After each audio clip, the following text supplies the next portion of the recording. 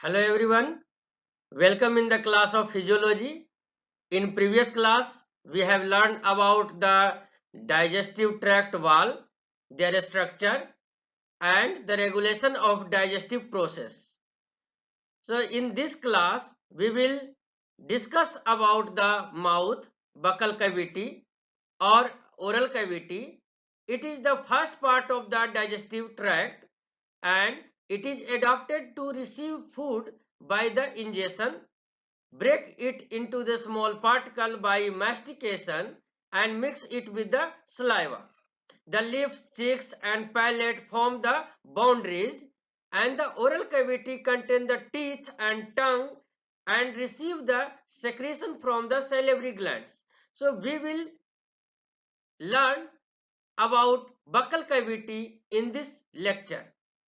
So in this class, the topic will be covered the oral cavity, tonsil, teeth, saliva, salivary secretions, salivary reflex and the digestion in the mouth. So let's start with the oral cavity. It is also called buccal cavity. A human oral cavity has upper lips, lower lips and superior labial frenulum, inferior labial frenulum and lingual frenulum. It also has hard palate as well as soft palate. The soft palate is associated with the uvula. The oral cavity or mouth is the entrance to the digestive tract. The opening is formed by the muscular lips which help procure, guide and contain the food in the mouth. Lips also serve the non-digestive functions like speech organization and it has the sensory receptor that help for the making interpersonal relationship like kissing.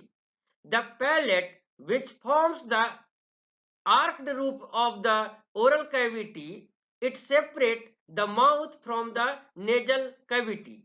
So it presents allow breathing and chewing or sucking to take place simultaneously. The uvula is hanging down from the soft palate. It plays important role in closing of the nasal passage during swallowing process. The tongue, which forms the roofs of the oral cavity, is composed of voluntarily controlled skeletal muscles. The movement of the tongue are important in guiding food within the mouth during chewing and swallowing and also play an important role in the speech organization. So furthermore, the major taste buds are also located on the tongue.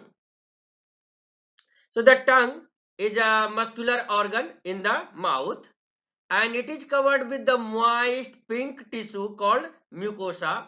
The taste bud is located primarily along the edges of the papillae on the upper surface of the tongue and provide the tongue its rough texture.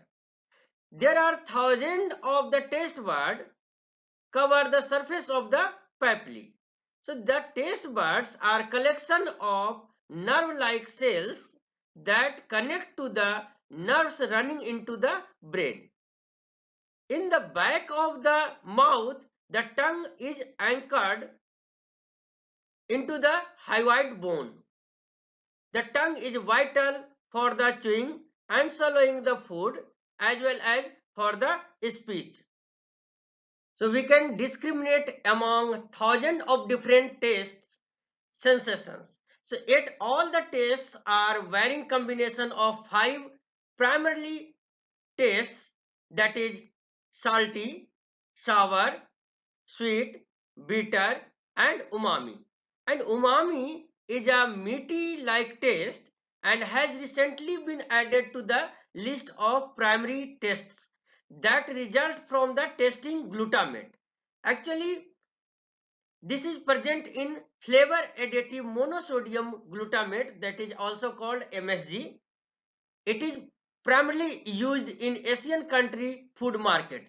So the tongue has many nerves that help detect and transmit taste signal to the brain. Because of this, all part of the tongue can detect these common taste. So there are nothing is like taste mapping. Now see this picture for the better understanding of the upper digestive tract. This one is nasal cavity, and below the nasal cavity hard palate is present. The end of the hard palate is a soft palate, and down to the soft palate is uvula. In the buccal cavity the tongue is present, and this one is epiglottis. This one is a voice box or larynx, and this one is trachea, and this one is esophagus. Now the pharynx is the cavity at the rear of the throat, and it acts as a common passageway for the digestive system by serving as a link between the mouth and esophagus for the food, as well as the respiratory system by providing access between the nasal passage and the trachea for the air.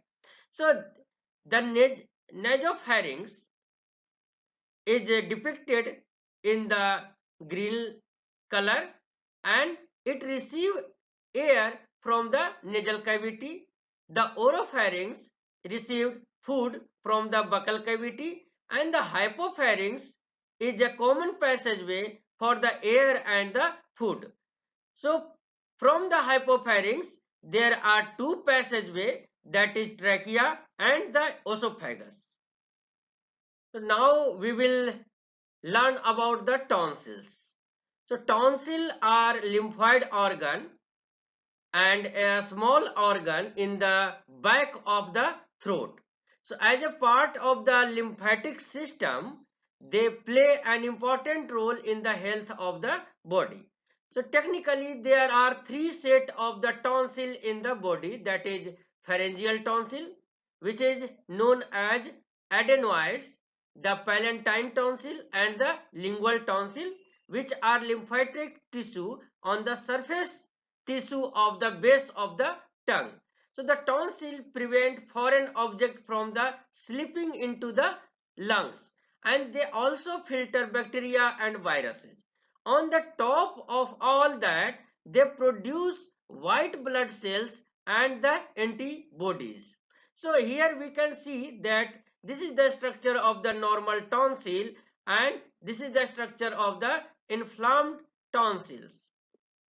So this is the location of the pharyngeal tonsil. You can see here the palatine tonsil is located here, and the lingual tonsil is present here. So the first step in the digestive process is mastication or chewing, that is the motility of the mouth that involve the slicing, tearing, grinding and mixing of the ingested food by the teeth. So now we will learn about the teeth. So here we can see the structure of the teeth. A teeth has three parts. The upper part is called crown, the middle part is called neck, and the lower part is called root. A teeth has hardest part, upper surface enamel, and this enamel forms before the tooth's eruption by the special cell that are lost as a tooth erupts. Below the enamel, the dentine is present, and below the dentine there is pulp cavity. This pulp cavity has nerves and blood vessels, and the teeth are firmly embedded in and protrude from the jaw bones. So this one is the jaw bones that fix the tooth or teeth with the help of cement, and the upper portion of the jawbone is covered with the gum tissue. Each tooth is embedded in a socket of the jawbone, as we have seen in previous slide, and this type of attachment is called thecodont. So majority of the mammal, including human being, form two set of the teeth during their life. So a set of temporary milk or deciduous teeth replaced by a set of permanent or adult teeth. So this type of dentition is called diffidont. In an adult human that has 32 permanent teeth which are of four different types, it is also called heterodont dentition system. And these four different type of the teeth is called incisor, canine, also called cuspid, premolar and molar. The arrangement of the teeth in each half of the upper and lower jaw in the order incisor, canine, premolar and molar is represented by a dental formula in the human is 2:1:2:3. Actually, the teeth can exert forces much greater than those necessary to eat ordinary food. For example, the molar in an adult man can exert crushing force of up to 200 pounds, which is sufficient to crack a hard nut.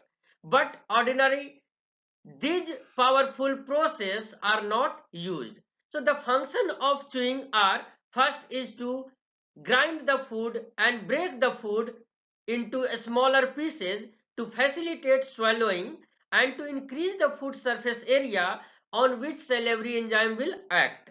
Second is to mix the food with the saliva, and third to stimulate the taste bud. The stimulation of the taste bud is not only gives rise to the pleasurable subjective sensation of the taste, but also in feed-forward fashion reflexly increase salivary, gastric, pancreatic and bile secretion to prepare for the arrival of the food.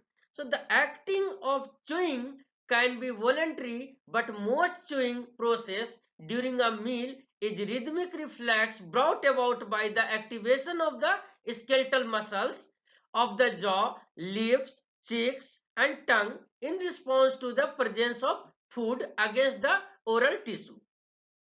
The upper and lower teeth normally fit together when the jaw are closed. So this occlusion allows food to ground and crust between the tooth surface.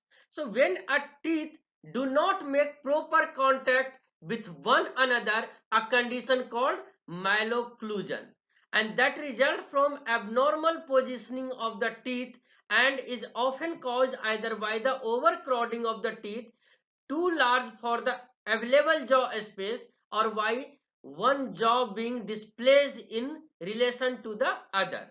So in addition to ineffective chewing, malocclusion can cause abnormal wearing of affected tooth surface and dysfunction and pain of the temporomandibular joint where the jaw bones articulate with each other. The malocclusion can often be corrected by the applying the braces which exert prolonged gentle pressure against the teeth to move them gradually to the desired position. So we have learned about the tooth or teeth. Now we will learn about the saliva. The saliva is the secretion associated with the mouth and is produced largely by three major pair of the salivary glands that lie outside of the oral cavity and discharge saliva through short duct into the mouth. So in this figure we can see that there are three pair of salivary gland, that is parotid gland, the submandibular gland and the sublingual gland. So the saliva is about 99.5% water and 0.5% electrolyte and proteins. So the salivary NaCl or salt concentration is only 1/7 of that in the plasma, which is important in perceiving salty tastes. Similarly, discrimination of sweet taste is enhanced by the absence of glucose in the saliva. The most important salivary protein are amylase, mucus, and lysozyme. Saliva begin carbohydrate digestion is important in oral hygiene and facilitate the speech process. So saliva begin digestion of the carbohydrate in the mouth through action of salivary amylase. Salivary amylase is an enzyme that breaks polysaccharide molecules into the maltose, a disaccharide consisting of two glucose molecules. So saliva facilitates swallowing by the moistening food particles, thereby holding them together, and by providing lubrications through the presence of mucus, which is a thick and slippery. The saliva exerts some antibacterial action by a fourfold effect. First, by the lysozyme, an enzyme that lyse or destroy the certain bacteria by breaking down the cell wall. Second, by the binding of the glycoprotein that bind IgA antibody.